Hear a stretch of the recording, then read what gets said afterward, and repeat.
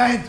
3:32 पे जम्मू से कश्मीर की तरफ कॉन्वॉय निकला सीआरपीएफ का 2500 जवानों का कॉन्वॉय, जो कि जनरली होता नहीं, 1000 कॉन्वॉय में होते। सबसे मेन क्या है ना, बहुत गुस्से में हूं लेकिन इतना कंट्रोल करके कोशिश ही कर रहा हूं। अगर मेरे सामने संविधान का, मैं हमेशा से कहता हूं कि संविधान का सम्मान करना चाहिए, कानून का करना चाहिए, लेकिन आज वो अंदर से वो फील है ना, इन जैसे हरामी गद्दार आ जाए ना, बीच में हाथ रख के फाड़ दूं सालों को, अभी वो फीलिंग है। लेकिन द कंसर्न है, सिर्फ गुस्सा गाली है बहुत, लेकिन बात करना है ना। और बात क्या है, सबसे पहले क्या हुआ ये समझ लो। जितने त्योहार मना रहे थे ना, वैलेंटाइन डे से मुझे कोई प्रॉब्लम नहीं है यार, मनाना चाहिए, आपका पर्सनल वो व्यू है, बहुत अच्छी बात है, आपको खुशी मिलती करिए। ये वतन से बड़ा वैलेंटाइन कोई नहीं है बे। आज क्या हुआ है, आज वो 40 वहां पर शहीद हुए, क्या है इंसिडेंट समझो। पहले इंसिडेंट की बात करना पड़ेगी, उसके बाद बात करना पड़ेगी क्वेश्चन क्या है, सवाल क्या है कि हुआ क्यों, क्यों हुआ, खामियां, हर चीज पे बात कर। जब तक सवाल नहीं उठेंगे उसका जवाब नहीं आएगा। तीसरा, हमारी तरफ से क्या होना चाहिए, जो मुझे लगता है एक सामान्य भारतीय के तौर पर, एक नागरिक के तौर पर, bloody what action should be taken immediately. पहला, आज क्या हुआ इंसिडेंट, वहां से जम्मू की तरफ से जो कश्मीर आ रहे हैं, और किसके लिए आ रहे हैं पता है ना, इन्हीं सालों की सुरक्षा के लिए। मतलब मैं कश्मीरियों की बात नहीं कर रहा हूं, कितना समझाएंगे बे, और 50 बार तो मैं वीडियो कर चुका हूं बोल के मत बहको मत बहको। अब बात यह है कि वहां से आ रहे हैं 2500 से ज्यादा, 78 गाड़ियां चल के आ रही हैं सीआरपीएफ की। कंसर्न क्या है, अवंतीपुरा के पास कैसे पहुंचा। एक तो सबसे बड़ी चीज है, 3 दिन से 2.5-3 दिन हो गए कोई मूवमेंट नहीं हुआ, इसलिए 2500 लोग इकट्ठे आ रहे। जनरली 1000 लोगों का कॉन्वॉय होता है। वो जब अवंतीपुरा पहुंचता है, जो कि सेक्टर है पुलवामा में, जो यहां पर पड़ता है कॉर्नर पर, वहां पर आकर एक स्कॉर्पियो की बात करें, जो अभी तक जितनी मेरी बात हुई जिन लोगों से वहां पर हैं, जो या उनसे कंसर्न जो लोग हैं उनसे बात हुई है, सीधे अवंतीपुरा में आके वो एक स्कॉर्पियो 350 किलो से ज्यादा एक्सप्लोजिव और आईडी का दोनों का उपयोग करते हुए बाढ़ से मारती है, चीथड़े उड़ जाते हैं। और उस वाली गाड़ी के जाते हैं जहां पर उसी समय ऑन द स्पॉट चीथड़े उड़ गए। ये बात ये है, कंसर्न ये है, यहां पर ये समझना पड़ेगा कि ये इतनी बड़ी ब्रीच कैसे हुई, दैट्स अ बिगर क्वेश्चन। और अगर वो हुआ है नामर्दगी, अबे किस टाइप की क्या है नामर्दगी, क्या है तुम्हारी कांड में, तुम्हारी दम ना अंदर गूदा है तुम में। अबे वॉर जोन होती तो बात अलग थी बे, तुम बहुत बड़ी बात करते हो। कौन सा इस्लाम है बे, और कौन सी जिहाद के नाम पे तुम निहत्ते मासूम लोगों को मार रहे हो। कोई वॉर जोन नहीं है, और ये सेफ रूट माना जाता है, जहां पे ये हुआ है सेफ रूट हुआ है।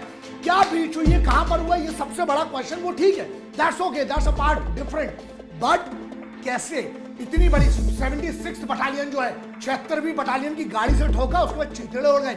बहुत सारे सवाल, बहुत सारा गुस्सा, but we have to go step by step. Concern ये है दोस्त, एक हिंदुस्तानी के तौर पर एक बात बताइए, सेफ रूट है, वहां पर इम्प्रोवाइज एक्सप्लोसिव डिवाइस जो आईडी कैसे प्लेस की गई है, पहली बात ये है। दूसरी चीज ये है कि 350 या 400 किलो का जो एक्सप्लोसिव है वो आया कैसे। और तीसरा, अबे गद्दार तो है ये टेररिस्ट, ये साले बड़ुए हैं। सबसे बड़ी चीज, इनके चाचा के लौंडे हरामी है कौन इस देश में, जिनने कॉन्वॉय निकलने की इंफॉर्मेशन दी। समझ में आता है तुम्हें क्या है ये। जब वहां से 2005, जबकि सेफ रूट है ये, जम्मू से जब गाड़ियां निकलती हैं, पहली बात इतना लंबा कॉन्वॉय है इसकी, ठीक है इंफॉर्मेशन पास हुई है, वो बैठ के ताक में बैठे हुए थे, कहां पे फेलियर हो रहा है और सेफ रूट में कैसे इतनी बड़ी चूक हुई है। एक तरफ ये बात करते हैं भूखे नंगे हमको इकोनॉमिक सपोर्ट चाहिए, ये चाहिए वो चाहिए। एक बात बताओ, इन भूखे नंगे लोगों के पास इतना बड़ा 350 किलो एक्सप्लोजिव खरीदने का कहां से पैसा आ गया। इन भूखे नंगे लोगों को सपोर्ट कौन कर रहा है, कहां से, किस लेवल पे, ये ट्रेस करना पड़ेगा। कब तक हम लोग, एक बात बताइए, जितने लोग बैठ के सुन रहे हैं अपने आप में एक बात सोचना दोस्त, मैं लिंक डालूंगा यहां पर, क्योंकि मैं शायद, मुझे लगता है कि मैं वो फोटोज तक आपके साथ शेयर नहीं कर सकता हूं। उनकी माओ को, उनकी बहनों को, तुम्हें पता है, उनकी बेटियों को, उनकी बीवियों को लाशें नहीं है यार, चीथड़े हैं इतने तरह से। क्या दोगे उनके घर वालों को, उनके घर वालों को मिलेगा क्या, यह सोचा है। सबसे बड़ी चीज, इसका जिम्मेदार मैं बोलता हूं बॉस, अब बहुत, अबे पॉलिटिकल पार्टीज वाले एक अलग कंसर्न है, इस पे भी राजनीति मत करना, अबे इस पे भी राजनीति मत करना, ये बहुत बड़ा कंसर्न है। एक इससे बड़ा कंसर्न ये है, डिबेट चालू हो जाएंगे उस पे साले सब आके ना, मैं इसलिए बोल रहा हूं सोल्यूशन चाहिए। सोल्यूशन क्या है आप, और सबसे बड़ी चीज, अभी एक बात बताओ, मरने वाले कांग्रेस को रिप्रेजेंट करते थे, बीजेपी को करते थे, समाजवादी को करते थे, आम आदमी पार्टी को करते थे, किसको करते थे? उनने कौन सा गलत काम किया? उनकी सिक्योरिटी फोर्सेस की जिम्मेदारी है भारत की सुरक्षा करने की, वो निभा रहे हैं। बताओ, 3 दिन से रास्ते बर्फ थी, वहां से हिल नहीं पा रहा था आदमी। सबसे बड़ा ये सवाल है, उनकी सुरक्षा की जिम्मेदारी कौन लेगा? जिन माओ ने, जिन बहनों ने अपने बच्चों को भेजा है फौज में, सीआरपीएफ में भेजा है, आज वो सेंट्रल रिजर्व प्रोटेक्शन फोर्स है, आपको पता है? उनका प्रोटेक्शन के क्या है और जिम्मेदारी लेगा कौन? सॉल्यूशन, सुझाव या जो भी आप समझ लो एक हिंदुस्तानी के तौर पर, यार ये बताइए मुझे, हर लेवल के मिनिस्टर के पास, it's a bigger question, it's not about Congress और बीजेपी और any other party in power और in opposition, let's talk about some sense. सच्चाई क्या है? क्यों वर्ल्ड वाइड आपको पता, कॉन्वॉयज जब मूव करते हैं उनको एयर सपोर्ट दिया जाता है, यहां पे एयर सपोर्ट क्यों नहीं दिया जा सकता? सॉल्यूशन की अगर हम बात करें, कब तक मरवाते रहेंगे? और कुछ लोग ऐसे भी होंगे बोलेंगे हमारी सरकार ने, या किसी की भी बात करें, चाहे ऑपोजिशन हो चाहे ये हो, एक बात बताए ना, सरकार से ऊपर आओ दोस्त, कोई भी हो, चाहे निंदा निंदा निंदा, अबे डंडा कब निकलेगा? फिर आप निंदा ही करते रहेंगे क्या? अगर मैं एक भाई के तौर पे बात करूं, मेरा भाई मरा है, मेरे जानने वाले मरा है ना, मेरे साथ का कोई मरा है, मेरे जानने वाला, या मैं अगर एक हिंदुस्तान, मेरा मान लो मेरे परिवार का कोई गया है, आप दोगे मेरे घर का भाई? मेरा बेटा दे सकते हो आप, मेरा भाई दे सकते हो, मेरा पति दे सकते हो, दोगे आप? 3, 5, 10 लाख रुपए में आप शहादत खरीदते हैं इस देश में, आप ये कहेंगे कि हमने इतना इनको हर्जाना दे दिया? अबे जिसका बेटा गया उसका घंटा हर्जाना देगा तू, या कोई भी होगा? प्रॉब्लम ये है, सॉल्यूशन इसका, क्यों एयर कवर नहीं दिया जा सकता? And that bloody has to be given, यार they deserve that. Air cover होना चाहिए। Why 2 choppers can not bloody watch everything? पहली बात एयर कवर। दूसरी बात ये बताओ आप, जो आईडी जहां हो रही हैं, why not anti mines, why not anti ITs can be used on the tracks? क्यों पायलट आगे 4 गाड़ियां नहीं जा सकती हैं? अगर मोबाइल से मान लीजिए मोबाइल ट्रिगर से यूज हुआ है, why can't be there bloody jammer? मंत्री जी जाएंगे तो उनकी गाड़ी के आगे जैमर लगेगा, पीछे लगेगा। I am not against minister or the system of democracy. I respect. I'm a citizen of India. अगर हमारे घर डेमोक्रेसी से देश चलता है, मैं उनकी बात नहीं कर रहा हूं, मैं उनकी बात कर रहा हूं। क्यों सब पार्टीज मिलकर एक सॉल्यूशन नहीं निकाल सकती है? आपको बुरा नहीं लगा साहब? अपने आप से भी कभी पूछेगा, लड़के के बदले लड़के, ठीक है, एक नियम बना दो ना, एक शहीद हो तो जो उस विभाग का इंचार्ज था उसका लौंडा भेजो फौज में, तब समझ में आएगा आपको। जिसके घर में शहादत होती है ना साहब, जब लहू आता है हाथ में, वो आप नहीं समझ पाएंगे। लोग कहते हैं आप गुस्सा करते हो, अरे मैं तो अभी इनकी भरा हूं ना, मैं जुबान नहीं दी होती ना तो मैं तो मुंह से ही काफी था बे। और दूसरी बात, भगवती की सौगंध भोलेनाथ की, आज जिनने करवाया अगर मेरे सामने, और मैं कहीं अगर ऊपर वाले ने चाहा, मैं इसके लिए कानून भी हाथ में लेने तैयार हूं। अगर जिनने करवाया मुझे अगर पता चले, अगर मेरी इतनी कुबत हुई ना, अगर मैं बोलो बीच में हाथ डाल के चीरने की औकात रखता हूं बे, और जेल के लिए भी इतना तैयार हूं। अगर मैं एक आतंकवादी को मार के जाऊंगा, मुझे लगता है मेरी मां को उससे बड़ा कोई अभिमान नहीं होगा। लेकिन दोस्त, अभी मैं उस स्थिति में नहीं हूं, मैं कहां हूं पता नहीं, बहुत सारी चीजें। मेरा मैटर क्या है? What is the bloody solution of this? एक और बड़े सवाल पे आ जाए, कहां गए वो हिंदू मुस्लिम को लड़ाने वाले? कहां गए? कहां गई गैंग? कहां गए वो ह्यूमन राइट्स वाले? अब नहीं तुमको बुरा लग रहा है? टेररिस्ट मरता है तो अभी तक आंदोलन चालू हो जाते तुम्हारे, है ना?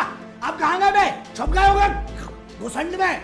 हाँ, क्या हुआ अब ह्यूमन राइट्स? मत सोल्जर का कौन सा राइट है? मतलब हम इंतजार किस बात का कर रहे हो आप? हाँ, क्योंकि सेलिब्रिटी नहीं मरा अभी तक तुम्हारा कोई, अभी तक तुम्हारा कोई नेता नहीं मरा ना बड़ा वाला, इसलिए।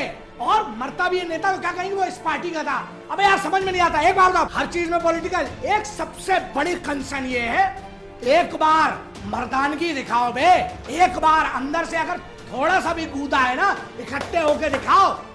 ये जो है ना जो चल रहा है तुम लोग का, यहाँ बस बुराई करेंगे, इसका अभी आप खामियां निकालने शुरू हो जाए। खामियां ठीक है, सबको पता है क्या क्या खामियां हुई है। सॉल्यूशन क्या है? सॉल्यूशन पे बात करिए, उसकी है दम। 24 से 48 घंटे रुक जाओ जरा, फिर देखना सब चैनल पे आएंगे, वो इसकी बात करेंगे, इसकी बात करेंगे। शहीदों का क्या बॉस? मैं बोलता हूं इस पूरे देश को इस बार सीधे बायकॉट कर देना चाहिए, अगर इसका जवाब नहीं दिया गया तो। एक मिनट, सर्जिकल स्ट्राइक, अरे शेड्यूल बनाना, रोज सुबह जाओ, रोज ठोको। आप नामर्दी फौज की दिखा रहे हो यार, इसका मतलब ये है हिंदुस्तानी फौज को पॉलिटिकल विल की जरूरत है। आप पॉलिटिकल विल पूरी सभी parties, why can not be create a bloody no tolerance policy. हम लोग एक सीधा आप पारित कीजिए। आप किस प्रक्रिया से करते हैं मुझे पता नहीं। इस देश में तो यार तो जो है ना सुप्रीम कोर्ट खुल जाता कई टेररिस्टों के लिए रात को, जब सुप्रीम कोर्ट से ये ऐसे कुछ लॉयर होंगे जो टेररिस्ट की फांसी रुकवाना होगा तो सीधे रात को भी सुप्रीम कोर्ट खुलवा लेते हैं। आ जाओ, बहुत सारे लॉयर मिलेंगे ना इस देश में। कहां गए वो लॉयर? अब सब आओ इकट्ठे, जरा इनके ह्यूमन राइट्स के लिए लड़ो, तब मानूंगा कि तुम अबे असल बाप की औलाद हो ना। सबको चैलेंज देता हूं, अगर तुम अपने बाप की औलाद हो, इस मैटर पे इकट्ठा हो और इस मैटर के लिए इन शहीदों की शहादतों का जवाब देने के लिए ना एक बार हो जाओ सब पॉलिटिकल पार्टी इकट्ठे। और अगर नहीं हो ना तो इसका मतलब सबको समझ में आता है कि आप लोग सिर्फ अपनी पॉलिटिकल रोटी सेकेंगे।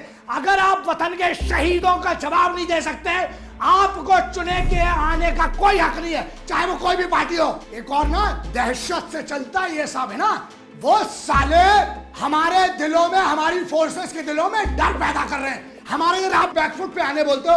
एक सबसे बढ़िया सॉल्यूशन बताओ हिंदुस्तानी के तौर पर। सबसे पहले इन सालों के हरामी इन्फॉर्मर्स को उठाओ, इनको गांड में गोली मारो, सालों को इकट्ठा करो। अबे एक रावण जलाने से इस देश में कुछ नहीं होगा। इकट्ठा करो सालों को, सबको खड़ा करके इनकी गांड में गोली पब्लिक में मारो सालों की।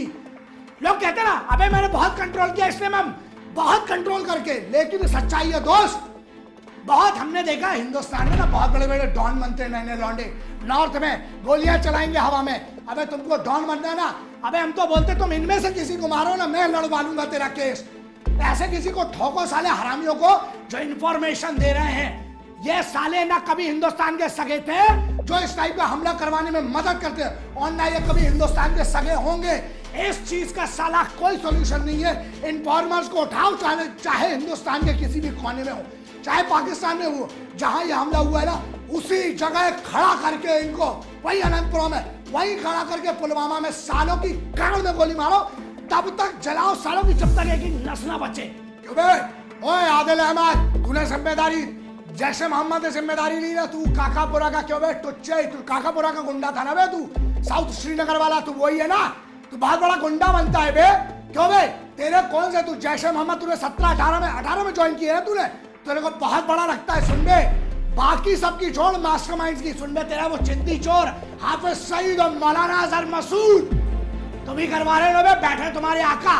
और तू सुन बे, काकापुरा का तू बॉस, साउथ श्रीनगर का तू गुंडा, तू साले जैसे मोहम्मद का बॉस बन गए, तूने करवाए, जिम्मेदारी ले रहे ना, बाकी सबकी छोड़ बे। अब तेरी जहां जितनी कुव्वत है, जहां छुप सकता ना, सबसे पहले तू ठोकेगा। मैं अपनी हिंदुस्तानी फौज को बहुत अच्छे से जानता हूं। अब यह सवाल सुनो, यहाँ एक सवाल हो गया है क्रेडिबिलिटी पर।